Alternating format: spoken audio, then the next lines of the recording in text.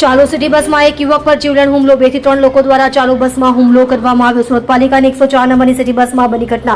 ચપ્પુ વડે હુમલો કરવામાં આવ્યો। મોબાઈલ ચોરી કરવા માટે આવેલી સમૂહ દ્વારા હુમલો કરવામાં આવ્યો। સ્થાનિક લોકો દ્વારા તાત્કાલિક યુવકની મદદ માટે આવ્યા। યુવકને સારવાર માટે હોસ્પિટલ ખસેડવામાં આવ્યો। ઉધના પોલીસે ઘટનાને લઈ તપાસ શરૂ કરી।